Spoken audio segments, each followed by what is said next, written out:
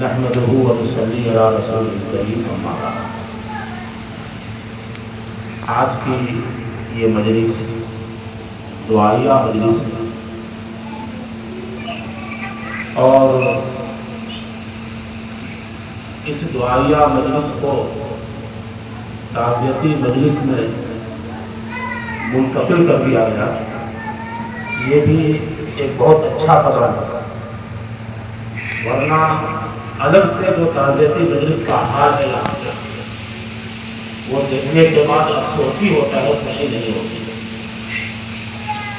بہت سی باتیں آ چکی ہیں، بہت سے لوگوں نے بہت سی باتیں کہی ہیں۔ الحاج مولوی مقصود صاحب کی صفات اور خصوصیات کے بارے میں اصل یہ ہے کہ جانے والوں کے اندر جو صفات تھی وہ صفات ہم اپنے اندر ہی پیدا کرتے ہیں۔ اصل یہ صرف بول دینے سے، بطول بازی کر دینے سے، اگر ہم کسی کے صفات کو بیان کر رہے ہیں تو ہمیں کوشش کرنی چاہیے کہ وہ صفات ہمارے اندر ہے۔ اگر وہ نرم گفتار دے تو ہمیں بھی نرم گفتاری، اگر وہ لوگوں کی مدد کرنے والے ہیں تو ہمیں بھی لوگوں کی مدد کرنے کی عادت ڈالنی چاہیے، ورنہ صرف بولنے سے کچھ نہیں ہوتا ہے۔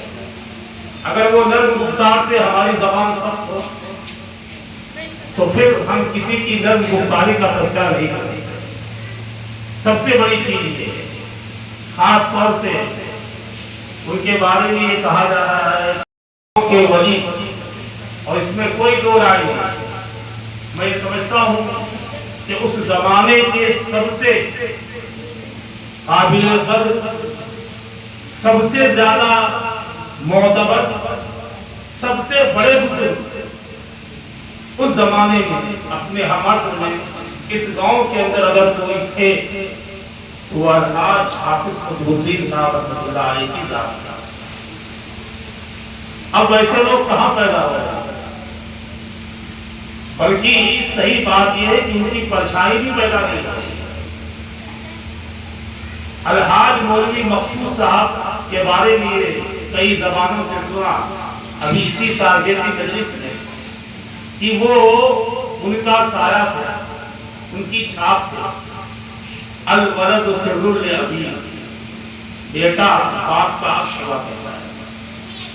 میں یہ امید رکھوں گا کہ ان کے صاحبزادے، خاص طور سے ان کے بڑے صاحبزادے جناب فتح عالم صاحب، وہ انشاءاللہ اپنے بھائیوں کو ساتھ لے کر چلنے کے سلسلے میں اپنے باپ کا عکس اور سایہ ثابت ہونے انشاءاللہ، میں یہ امید رکھوں گا۔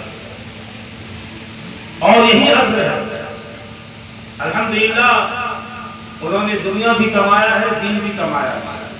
لائن لگ گئی ہے، ہمارے دوست ہیں مولانا عالم زمانی، ساتھ میں پڑھے ہیں جو اعظم گڑھ میں، ان کے چھوٹے بھائی ہیں قاری مہتاب صاحب، وہ بھی اس وقت اعظم گڑھ میں بھی اعظم گڑھ میں پڑھتا تھا، اور ان کے بڑے بھائی شاہ عالم صاحب۔ ان لوگوں کے پاس اگر آپ بیٹھیے تھوڑی دیر، یا ان لوگوں سے گفتگو کیجئے یا بات کیجئے، یا حافظ قطب الدین صاحب کے کسی بھی صاحبزادے سے آپ ان کے بغل میں بیٹھے تھوڑی دیر گفتگو کیجئے تو آپ کو کچھ نہ کچھ ان کے اندر حافظ قطب الدین صاحب رحمۃ اللہ علیہ کی جھلک نظر آئے گا۔ بولنے کے سلسلے میں، بات کرنے کے سلسلے میں کوئی تیز آواز سے نہیں بولتے۔ یہ خوبیاں اس خاندان کی، اس گھرانے کی یہ وصف خاص ہے، اس کو باقی رہنا چاہیے۔ اور میں ایک بات مجلس میں بار بار یہ کہا کرتا ہوں کہ یہ قرآن خوانی ہے، یہ سارے ثواب کا اہتمام ہے، مدرسے کے طلباء ہیں، ہم لوگ آئے ہیں، قرآن پڑھ کے چلے جائیں گے۔ اصل یہ ہے کہ گھر والے، ان کے صاحبزادے، ان کے گھر کی عورتیں، ان کے بھائی، وہ اپنے بھائی، اپنے والد، اپنے شوہر کو کس طریقے سے اللہ کا قرآن پڑھ کر بخشتی ہیں، یہ سارے ثواب کرتی ہیں، ان کے لیے مغفرت کی دعا کرتی ہیں. یہ اصل ہے. مرنے والے کی روح عالم ارواح سے اپنے گھر والوں کو دیکھتی ہے کہ میرے مرنے کے بعد میرے گھر والے میرے لیے کیا کر رہے ہیں. اگر گھر والے مرنے والے کے لیے قرآن کریم کی تلاوت کرتے ہیں، ان کے نام سے خیر خیرات کرتے ہیں، ان کے لیے غریبوں یتیموں کو کھلاتے ہیں، تو اس روح کو خوشی ہوتی ہے. اور اگر مرنے والے کو مرنے والے کے گھر والے بھول جاتے ہیں، فراموش کر دیتے ہیں، تو ان کی روح کو تکلیف ہوتی ہے.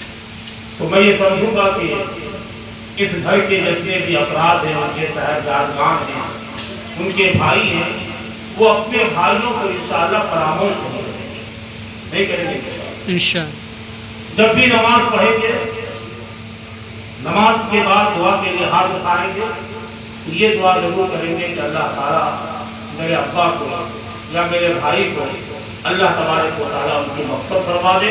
اتنی سی دعا کر ہی سکتے. تو اس کے لیے ہم لوگ کوشش کریں گے.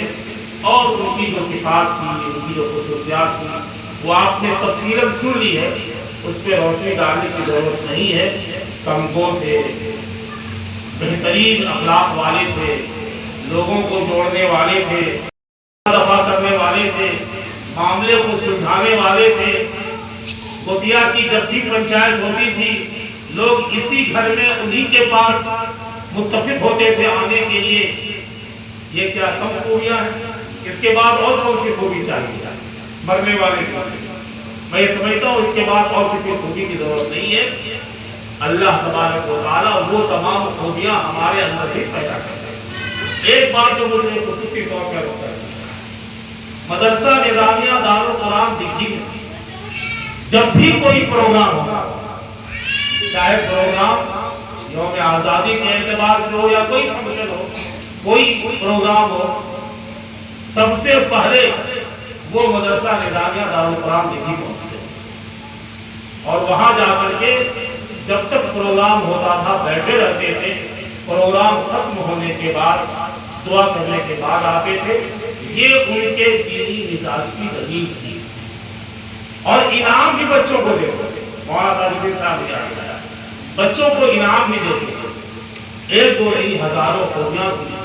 تمہیں مردہ کون کہتا ہے، تم تو زندوں کے زندہ ہو.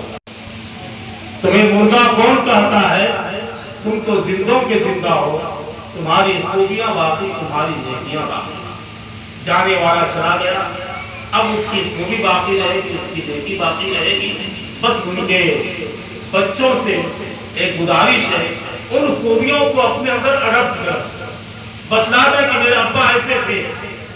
وہ آپ کے کردار سے نظر آئے، وہ آپ کے اخلاق سے نظر آئے، وہ آپ کے بات چیت سے نظر آئے، وہ آپ کے مہمان نوازی سے اور لوگوں کے ساتھ سلوک کرنے سے نظر آئے. آپ کا کردار بولے کہ یہ فلاں کی اولاد ہے. یہ آپ کو ثابت کرنا ہے.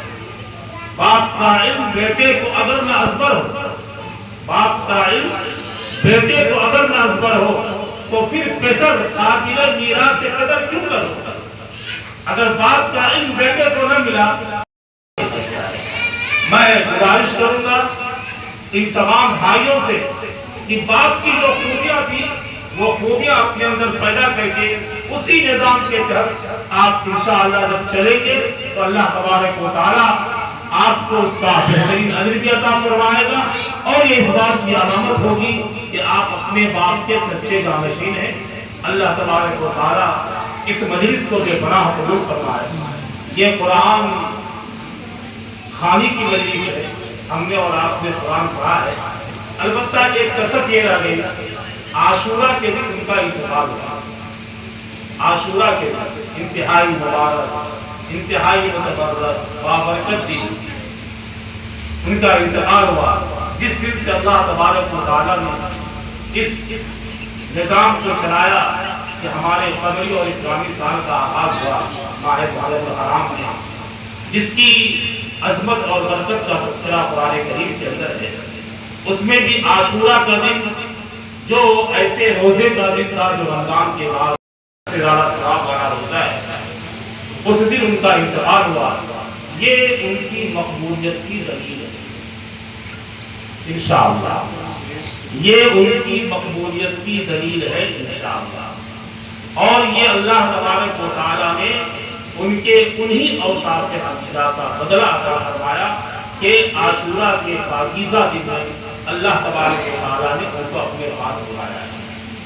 اور دوسری بات یہ ہے اب اس گندی دنیا سے جتنی جلدی جانے کا موقع آ جائے آدمی کو چلے جانا چاہیے، بلکہ دعا کرنا چاہیے اللہ تعالیٰ اب جتنی جلدی اٹھا لے، اس لیے کہ نظام دنیا اب دھیرے دھیرے گندا ہوتا چلا رہا ہے. میں یہ سمجھتا تھا کہ عاشورہ کے دن ان کا انتقال ہوا، کم سے کم 3 دن سوگ اور ماتم کا ماحول ہے گاؤں کے اندر. ایک اچھے انسان کا دونوں مسجد کے بانیین میں سے، دونوں مسجد کے معمار میں سے، جن کو جامع مسجد کی ذمہ داری کا بھی شرف حاصل اور چوک والی جو مسجد ہے اس کی بھی ذمہ داری کا شرف حاصل. اتنے بڑے انسان کے کچھ دن تک اس کا اثر رہے گا، لیکن کل چند بدبختوں نے جو اس گاؤں کے اندر بدبختی اور بددماغی اور شرارت اور خباثت کا اس گاؤں کے اندر ماحول پیدا کیا، اس نے میری تمنا پہ اور میری اس امید پر پانی پھیر دیا. میں یہ سمجھتا ہوں کہ کل کا دن اس گاؤں کے لیے انتہائی منحوس دن، انتہائی سیاہ دن اور انتہائی سر جھکا دینے والا، شرمسار کرنے والا دن تھا. میں نہیں سمجھتا تھا کہ اتنے بڑے انسان اس دنیا سے گئے ہیں، اس کے بعد بھی شاید ہمیں ایسا دن دیکھنا نصیب ہو. اللہ تعالیٰ ایسے لوگوں کو ہدایت نصیب کروائے. راہ راست سے ہٹ چکے ہیں، ان کے دل کی دنیا مر چکی ہے. ختم اللہ علی قلوبہم وعلی سمعہم وعلی ابصارہم غشاوہ. ان کے دل کالے ہو چکے ہیں، ان کی آنکھ کالی ہو چکی ہے، ان کے کان کالے ہو چکے ہیں. اللہ تعالیٰ ان لوگوں کے دلوں کے، ان کے کانوں کے اور ان کی آنکھوں کے کالے پن کو دور فرمائے. آج کی مجلس میں یہ بھی دعا فرمائے اور یہ دعا فرمائے کہ اللہ تبارک و تعالیٰ الحاج مولوی مقصود صاحب کو جنت الفردوس میں اعلیٰ مقام عطا فرمائے. تمام لوگ اپنے